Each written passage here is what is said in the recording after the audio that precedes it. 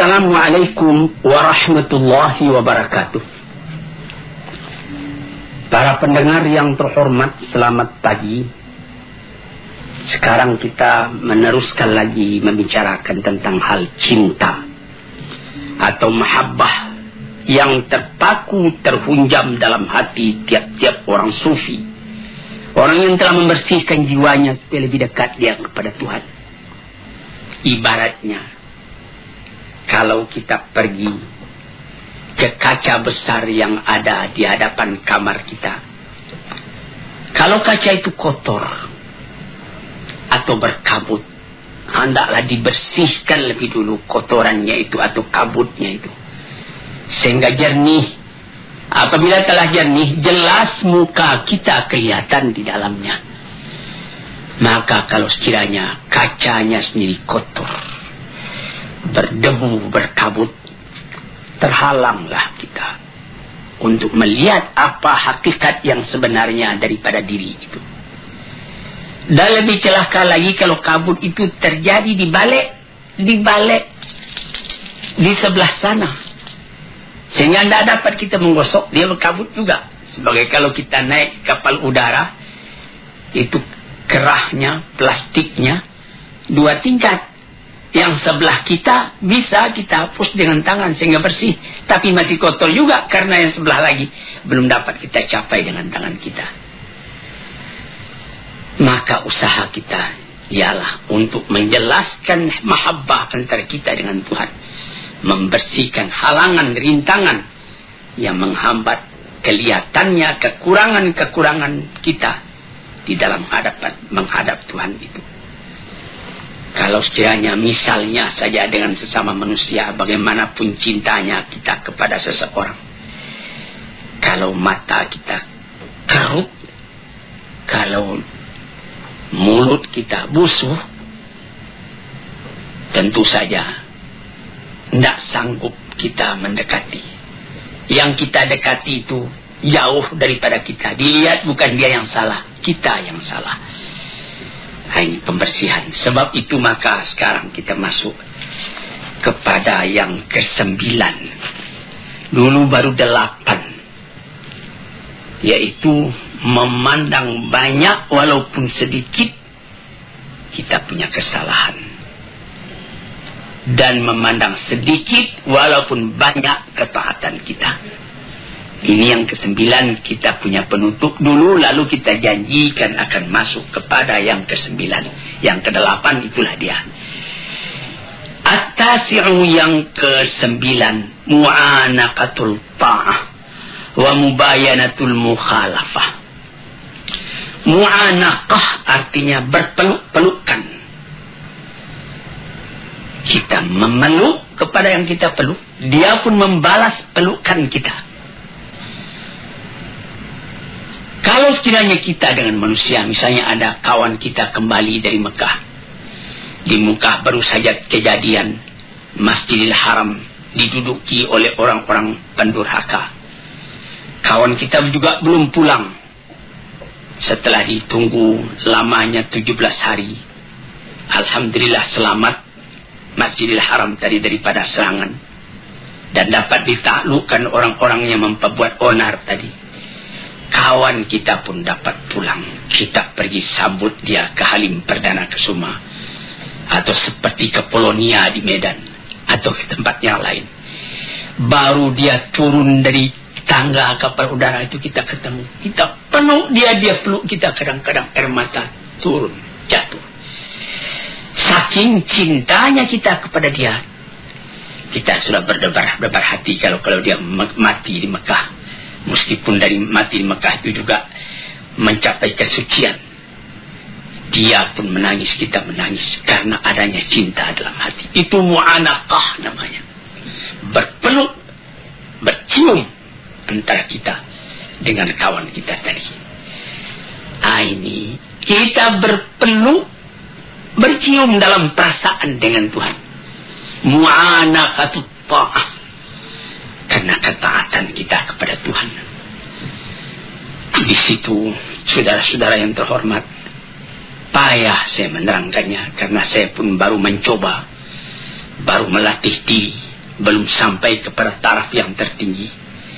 Bagaimana perasaan kita kadang-kadang apabila kita sampai kepada bacaan inna salati wa nusuki wa mahyaya wa mamati lillahi rabbil alamin la syarika lahu wa bidzalika umirtu wa ana minal muslimin. Sembahyangku, ibadat, bahkan hidupku dan matiku semua aku serahkan kepada Allah. Ini kita bertelut, menundukkan kepala, melintuhkan hati, menegakkan taat setia kepada Tuhan. Apabila kita punya permintaan dikabulkan dari sebab tunduknya hati dan ikhlasnya kepada Allah, akhirnya kecintaan kita itu dibalas. Itu namanya mu'anaqatut ta'ah. Berpelukan kita dengan yang kita sembah itu karena ketaatan. Wa mubayanatul mukhalafah, artinya lain daripada yang lain. Kalau sekiranya dalam kita sembahyang menghadap pada Tuhan, kita diganggu oleh perasaan yang lain, oleh amwalun iqtaraftumuha tijaratun takhshawna kasada wa masakinu tardawna. Kita diganggu oleh rumah tangga, oleh kekayaan, oleh kebun, oleh gedung, oleh anak, oleh istri, oleh keluarga. Mubayanatil mukhalafah. Bukan itu yang aku tuju ya Tuhanku, Engkau yang aku tuju. Yang lain-lain itu alam semua. Hari ini dengan aku, besok meninggalkan aku, atau aku meninggalkan dia. Maka bertambah teguhlah kecintaan tadi. Sebab itu maka dikatakan oleh ulama-ulama yang telah mendalam dauknya, ibadat yang dikerjakan dengan taat setia itu menambah cinta kita kepada Allah Subhanahu wa ta'ala. Itu kita bisa uji sendiri. Misalnya datang waktu, kita sudah dengar azan di masjid, Allahu Akbar, kita siap, kita pergi ambil wudu, kita sembahyang di awal waktunya, kita kerjakan dengan tertib. Bukan main. Itu mu'anaqatut ta'ah namanya. Tapi kalau kita sudah mulai melalaikan, pukul 12 tengah hari masuk waktu zuhur, pukul 2:30 baru kita kerjakan zuhur tadi. Nampak bahwa kita cinta kepada Tuhan itu kendor. Nah, di sini tuan-tuan yang terhormat, yang ke-9. Jadi perkataan ini adalah dari seorang sufi, Sahal bin Abdullah At-Tusturi namanya. Yang ke-10, dukhulu sifatil mahbubi alal badali min sifatil muhib. Ini ada seorang sufi namanya Junaid al-Baghdadi mengatakan, yang mahabbah itu, cinta kepada Allah itu ialah masuknya sifat Tuhan yang dicintai itu ke dalam diri kita sebagai ganti daripada sifat yang mencintai, itu sifat kita sendiri. Ini lebih mendalam lagi perkataan dari Junaid al-Baghdadi ini,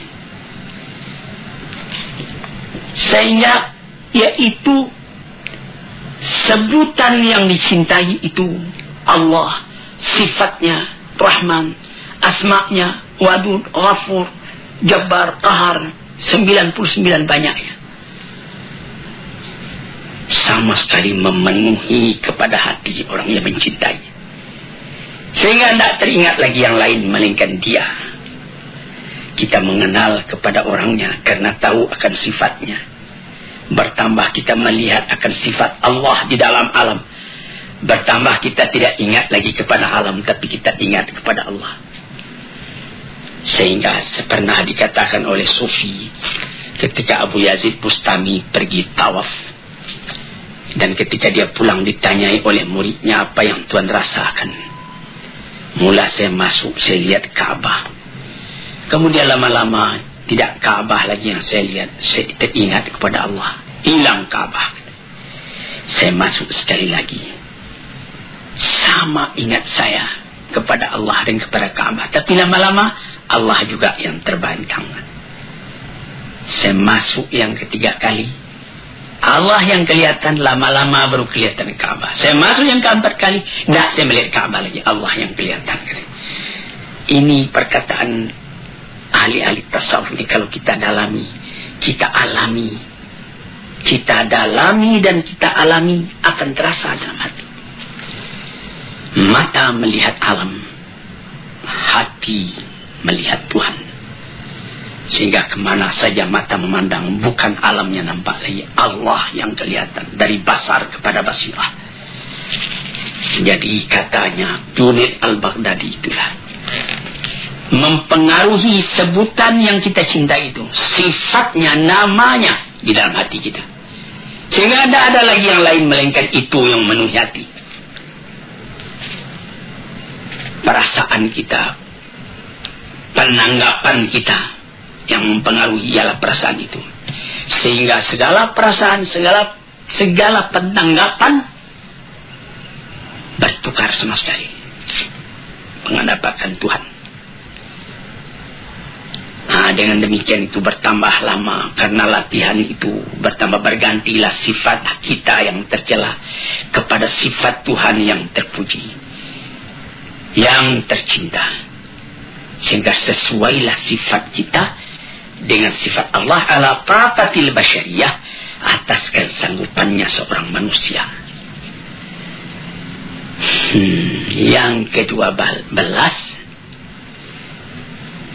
antahibal kulla kaliman ahbabta fala yabqa laka minka syai'un. Engkau berikan keseluruhannya kepada yang engkau cintai. Ini adalah keinsafan belaka. Karena kalau kita fikirkan, tidak ada yang kita punya di dalam alam ini sama sekali kepunyaan Tuhan. Walaupun songkok yang kita pakai, baju yang kita pakai, celana, sepatu, arloji dan lain-lain yang lekat di badan kita ini, tambah kita dalami, ini sama sekali cuma pinjaman. Dengan takdir dan dengan izin Allah subhanahu wa ta'ala, saya bikinlah gubuk-gubuk saya di Kebayoran Baru.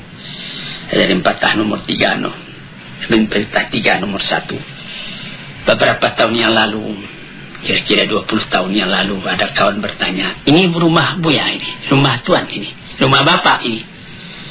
Saya bilang, bukan, ini rumah Tuhan, dipinjamkannya kepada saya selama saya masih hidup. Atau barangkali juga masih saya hidup sudah tidak saya yang punya lagi. Mengangguk kawan tadi, lalu saya tuliskan, hadza min fadli rabbi, ini rumah adalah kurnia Tuhanku.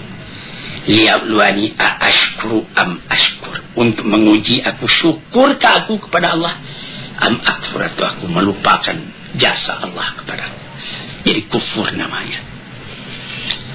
Rumah tangga, sawah berjenjang, bandar buatan, mobil dan lain-lain sebagainya, itu pinjaman semua.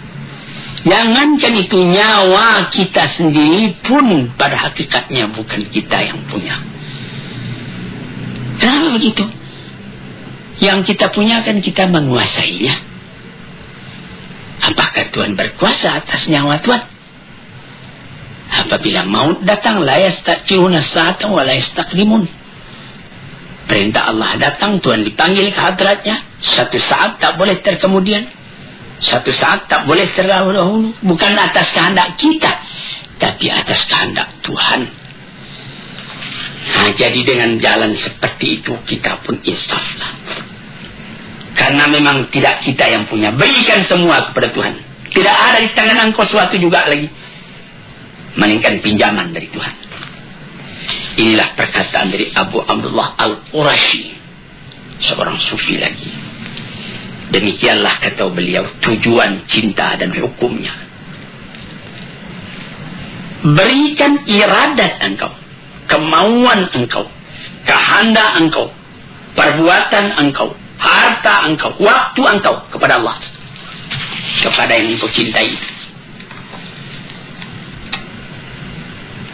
Engkau jadikan semuanya itu terikat di dalam ridha Allah dan kecintaan Allah. Tidak ada engkau mengambil untuk diri engkau sendiri kecuali apa yang diberikan oleh Allah. Dengan keinsafan, ini pinjaman. Fata'khudahu ma minhu lahu. Engkau boleh ambil itu semua dengan tidak engkau lupakan bahwa ini cuma pinjaman. Yang ke-12, antamhu minal qalbi ma siwal mahbub. Ini perkataan Shibli. Tadi itu ada perkataan dari Abdullah Al-Tusturi, Sahal bin Abdullah Al-Tusturi. Ada perkataan Junaid Al-Baghdadi. Ada perkataan Abdullah Al-Qurashi. Sekarang perkataan Shibli. Apa kata beliau? Antam huwa minal qalbi ma siwal mahbub. Hapuskan dari hati selain dari yang kita cintai. Jadi la ilaha illallah, dilanjutkan lagi. Apa lanjutnya? La maujud illallah. Tapi di sini juga lebih mendalam ini. Kalau tidak hati-hati nanti kita bisa jadi wahdatul wujud. Tapi jangan mesti sampaikan, yaitu tidak ada yang ada ini kecuali Allah punya. Aku sendiri pun dia yang punya. Kalau kita punya cinta sejati kepada Allah mau didudukkan, inilah kesempurnaannya, kata Shibli. Selama dalam hati ada sisa lagi tempat buat yang lain, cinta itu sudah meragukan. Ini yang ke-12. Yang ke-13, iqamatul itabi 'ala dawam. Tegakkan penyesalan selalu. Tegakkan penyesalan selalu. Apa maksudnya? Allah tazala atiban ala nafsika fi marbatil mahbub wa la tarda lahu fiha amalan wala halan. Yaitu engkau selalu menyesali dirimu. Apakah pekerjaanmu ini sudah sempurna? Masih belum. Masih banyak yang kurang. Nikmat terlalu banyak sebagaimana di dalam nomor 7 dulu, istiqlalul kathir min nafsika wa istiksarul qalil min habibika. Memandang sedikit walaupun banyak yang engkau kerjakan. Memandang banyak walaupun sedikit nikmat yang engkau terima dari Tuhan. Tuan-tuan yang terhormat, kalau tuan pelajari, tuan renungkan pengajian tasawuf ini, barangkali banyak kesulitan dalam rumah tangga yang dapat tuan obat sendiri. Saya hampir tiap petang orang datang ke rumah saya, mengadakan konsultasi, menanyakan keadaannya, menyebut kesusahannya dan lain-lain sebagainya. Ada yang mengatakan, saya sudah menjalankan fatwa Bapak. Saya sudah tahajud kalau malam. Kalau siangnya saya sudah sembahyang duha sampai 8 rakaat. Saya sudah mengerjakan sembahyang tobat hampir saban hari. Saya sudah mengerjakan sembahyang tasbih dan lain-lain sebagainya. Apakah itu sudah sempurna? Nah, disinilah kajian ke-13. Selalu tanyai diri. Karena menurut yang saya terima dari guru saya, ayah saya, Syekh Abdul Karim Amnullah, beliau mengatakan dalam riwayat yang beliau baca, Sayyidina Abu Bakar Siddiq itu badannya kurus, matanya cekung, perutnya kempis. Lalu ditanyai orang, inilah yang beliau anukan. Selalu menyelidiki diri, menyesali diri masih kekurangan. belum tercapai apa yang dikehendaki oleh Tuhan yang dicintai. Pandang diri ini kecil. Orang yang semacam engkau kecilnya akan mempertalikan cinta dengan Tuhan yang maha besar, maha agung. Siapa engkau wahai? Tiliklah diri apakah sudah sampai taraf iman kita, taraf amal kita, ibadat kita kepada yang patut. Sampai Nabi kita sallallahu alaihi wasallam sendiri saban malam beliau tahajud. Siti Aisyah juga tahajud. Habis tahajud beliau sudah tidur kembali istirahat. Nabi masih saja tahajud. Hatta tawarramat qadamahu, sampai pegal dia punya kaki keduanya. Siti Aisyah bertanya, mengapa sebanyak itu Tuhan sembahyang? Padahal Tuhan punya dosa kan sudah diampuni. Apa jawab beliau? Alam akun abdan syakura. Apakah tidak pantas kalau aku bersyukur kepada Tuhan, katanya. Dan pun Nabi mengatakan, orang yang beriman itu memandang dosanya sebagaimana dia duduk di bawah bukit, takut jatuh bukit itu kepada dirinya. Tidak ada dosa yang kecil, semua dosa dianggapnya besar. Yang di dalam kata modern tabkitul dhamir, atau tolakkan hati atas perbuatan sendiri yang salah. Sekian 24 jam sehari semalam disediakan buat beribadat kepada Tuhan. Tidaklah cukup kita memenuhi yang 24 jam itu dengan ibadat. Melainkan kelalaian juga yang ada. Kita sembahyang, tapi kita berjalan lagi, kita bekerja lagi. Memang Tuhan juga yang menyuruhkan. Tapi berapakah lamanya kita ingat kepada Tuhan? Nah, inilah yang nomor 13. Yang ke-14.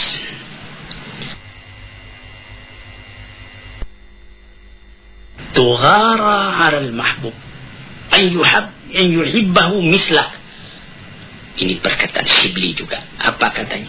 Engkau cemburu kepada Tuhan yang engkau cintai itu. Kenapa? Orang yang semacam engkau mencintainya.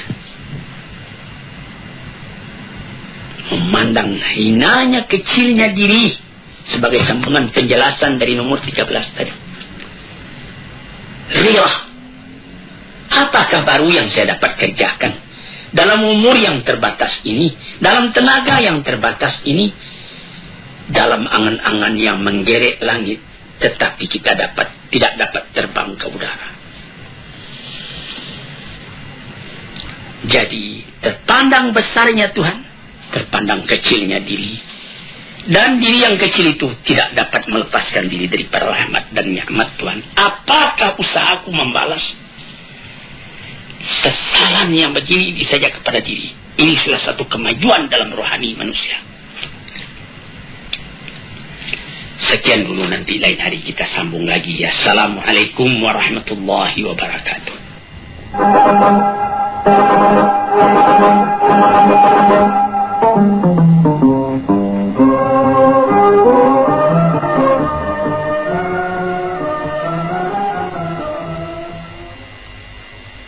Assalamualaikum warahmatullahi wabarakatuh.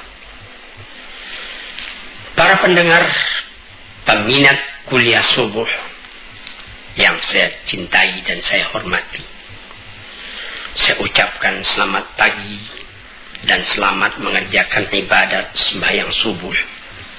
Badan sehat, langit cerah, alam terkembang, dan nikmat Allah berlimpah ganda datang kepada diri kita masing-masing. Pada waktu yang sudah-sudah di dalam memperkatakan soal-soal tasawuf, agak panjang telah kita bicarakan tentang mahabbah, tentang hubungan kita dengan Allah, hubungan kasih, hubungan cinta, hubungan kasih sayang. Hampir hampir 2 bulan pengajian kita tentang cinta ini. Sekarang setelah kita mengaji tentang cinta, kita akan terus kepada akibat dari cinta. Apa akibat dari cinta?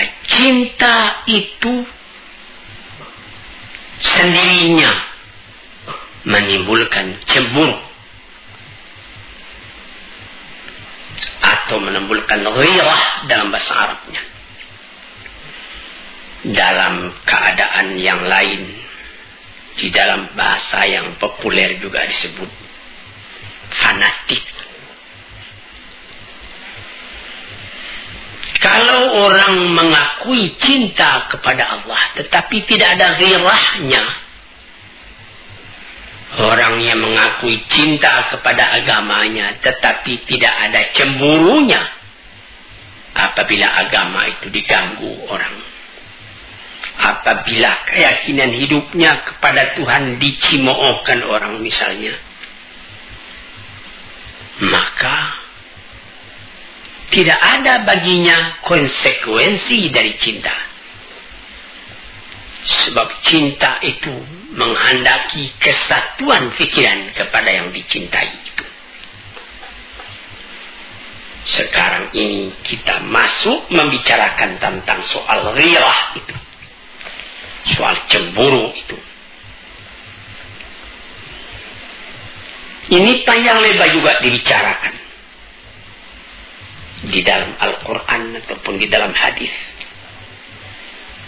yang mula-mula dijadikan menjadi dasar ketika membicarakan tentang ghirah, tentang cemburu, atau dalam bahasa sehari-hari yang telah banyak kita pakai tentang fanatik, adalah sabda Allah Subhanahu wa Ta'ala yang tersebut di dalam Al-Quran. Innama harrama rabbiyal fawahisha ma zahara minha wa ma batan. Apa artinya? Sesungguhnya tidak lain yang diharamkan oleh Tuhanku ialah perbuatan yang keji, baik yang nyata atau yang tersembunyi. Jangan berbuat keji. Keji itu menimbulkan ghirah dalam hati orang yang beriman. Ini dijelaskan di dalam hadis yang dirawikan daripada Abdullah bin Mas'ud radhiyallahu anhu, sahabat Rasulullah, di dalam sebuah hadis yang sahih riwayat Bukhari dan Muslim. Qala Rasulullah sallallahu alaihi wasallam, ma ahadun aghyar min Allah. Tidak ada sesuatu jua pun yang lebih cemburu dari Allah. Allah itu sangat pencemburu. Buktinya ialah dia mengharamkan segala perbuatan yang keji, baik yang terang atau yang tersembunyi. Allah tidak mau itu. Maunya Allah Ta'ala itu yang bersih.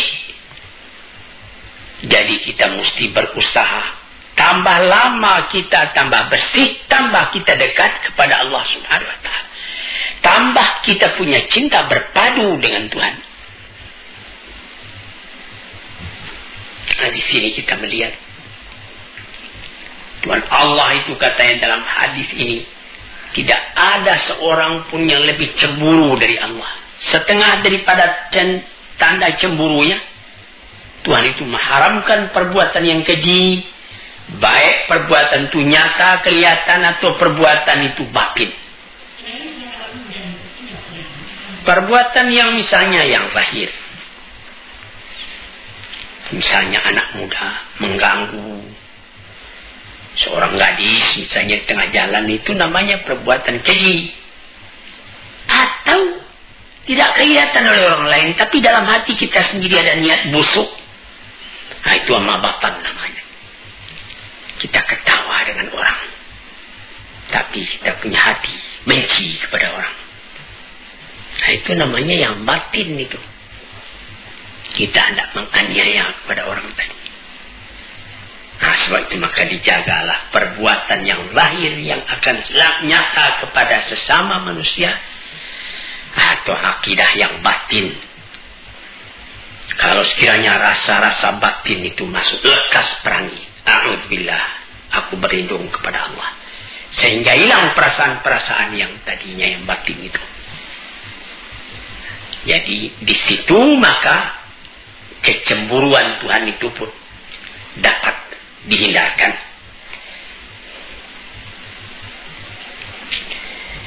Lantas kemudian sambungan hadis, wa ma ahadun habba ilahi madah min Allah. Wa min ajli dzalika asna ala nafsihi. Tidak ada seorang pun yang lebih suka akan pujian melainkan Allah. Sehingga beliau sendiri pun asna ala nafsihi, memuji kepada dirinya. Jadi bagi Allah bukanlah namanya tawadhu', merendahkan diri kalau dia berkatakan Allahu la ilaha illa ana. Saya yang Tuhan, tidak ada Tuhan yang lain. Itu bukan kesombongan.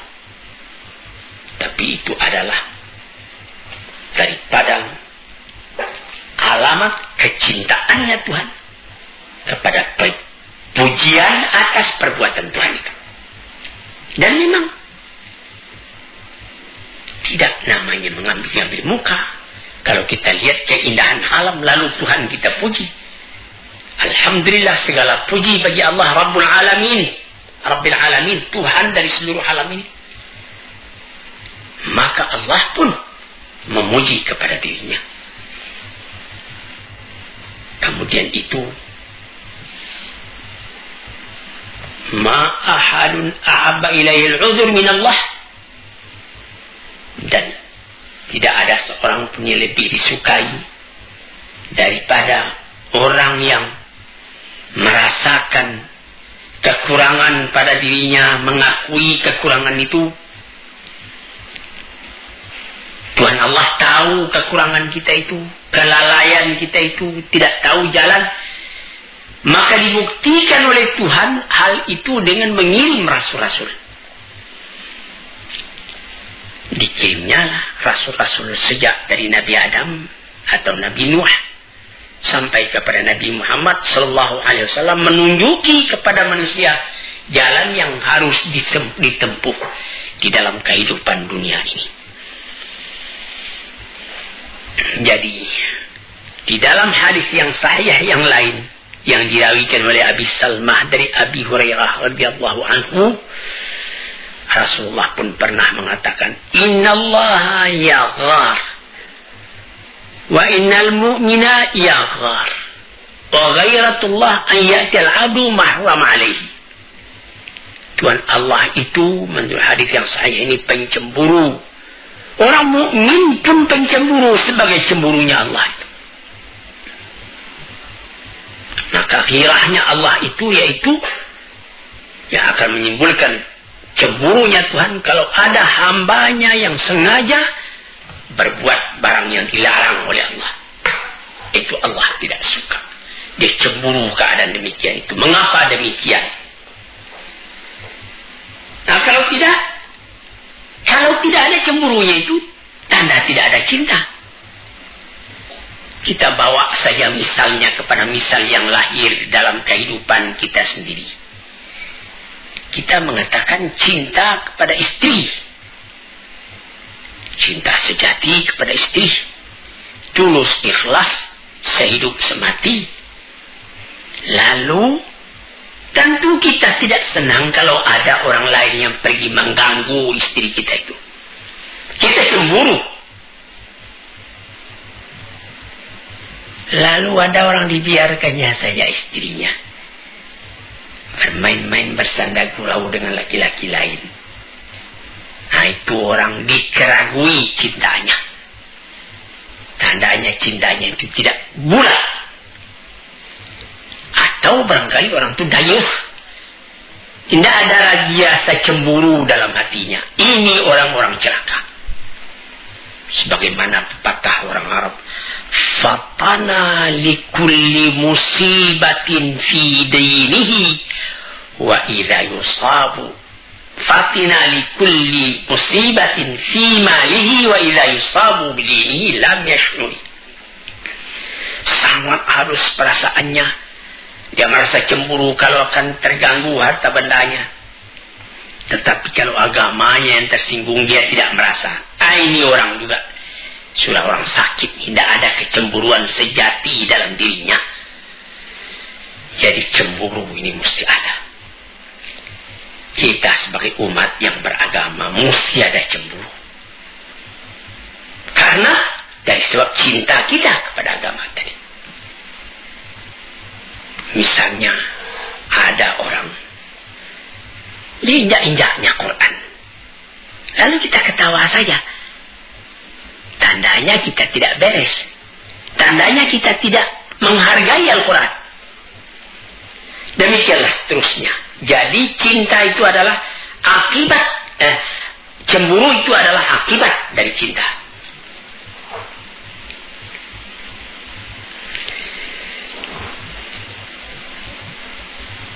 Termasuk di dalam cinta itu disebutkan di dalam surat dalam Quran, wa idza qara'tal qur'ana ja'alna bainaka wa bainal ladzina la yu'minuna bil akhirati hijaban mastura. Ini orang yang tidak timbul cemburu dalam hatinya.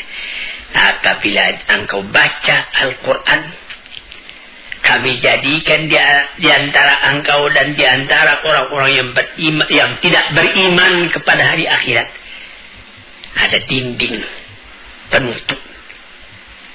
Ya, benar. Misalnya orang yang beriman didengarnya Al-Quran.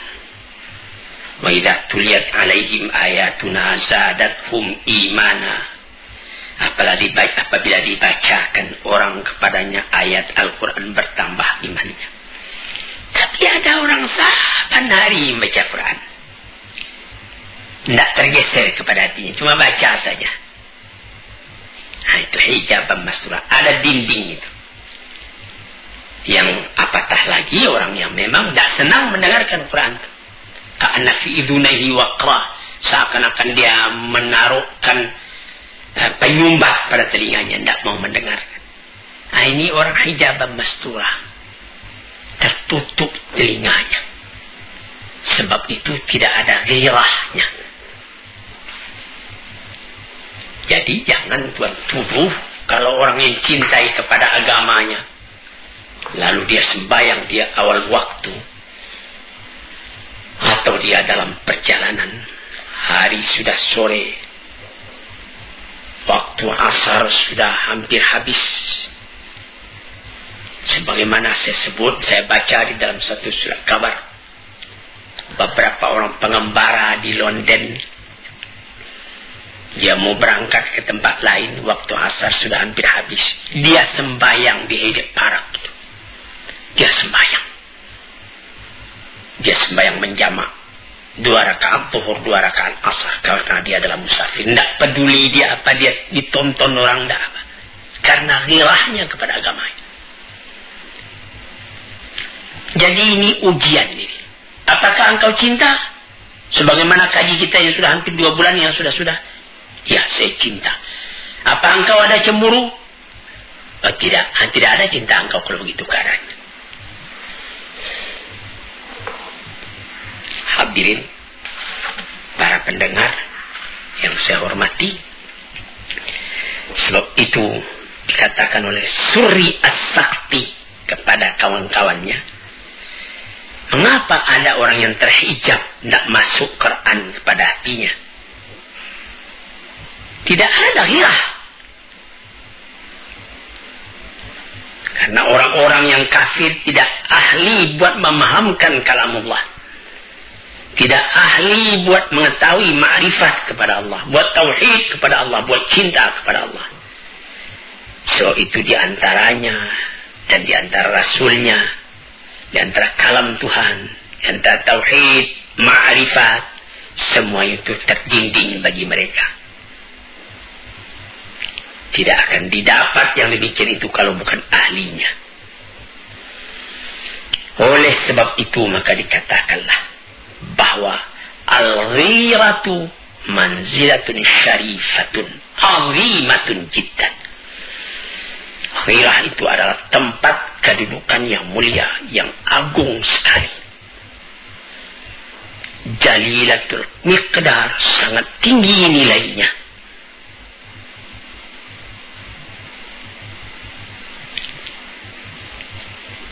Nah, di situ. Jadi ghirah itu yaitu tidak suka dicampuri, tidak suka diganggu gugat hubungan kita yang begitu mesra dengan yang paling kita cinta.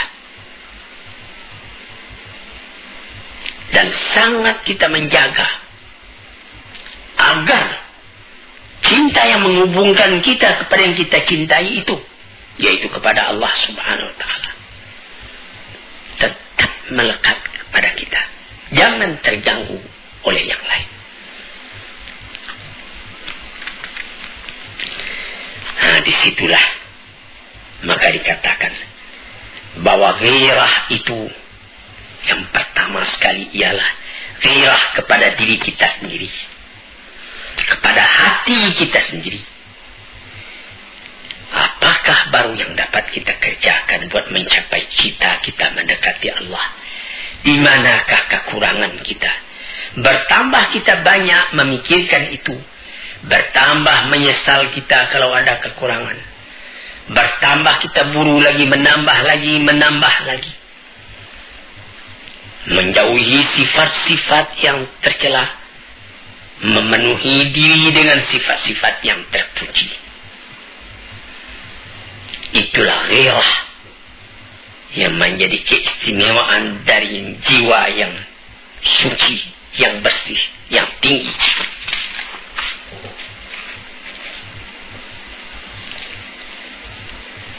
Maka jiwa atau diri yang rendah tidak dapat mencapai itu.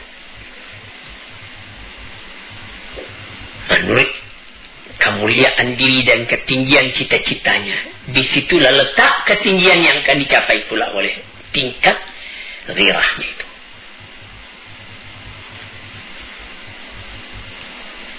Dibagi pula oleh ahli-ahli tasawuf ghirah itu. Ghirah Allah kepada hambanya dan ghirah hamba terhadap Tuhannya. Bagaimana ghirah Tuhan terhadap kepadanya, kepada hambanya? Yaitu bahwa Tuhan tidak suka kalau Tuhan itu dipersekutukan dengan yang lain. Tidak ada yang lain yang dapat engkau persekutukan, engkau samakan dengan Allah. Satu ahad. Sehingga Bilal bin Rabah, ketika dia sudah dijemur di cahaya matahari, dihimpit badannya dengan batu, cuma tunjuknya saja yang bergerak, cuma tinggal tunjuk ahad, Allah satu, Allah satu. Nah, itulah di dalam badan menderita, hati senang karena teguhnya yang ghirah kepada keinginan. Hadirin, bagaimana pula ghirahnya Tuhan kepada hamba, kepada Tuhannya? Ghirah kepada dirinya dan ghirah kepada orang lain. Adapun ghirah kepada Tuhannya, tidak dia jadikan amalnya, perkataannya, ahwalnya, waktunya, nafasnya selain untuk Tuhan.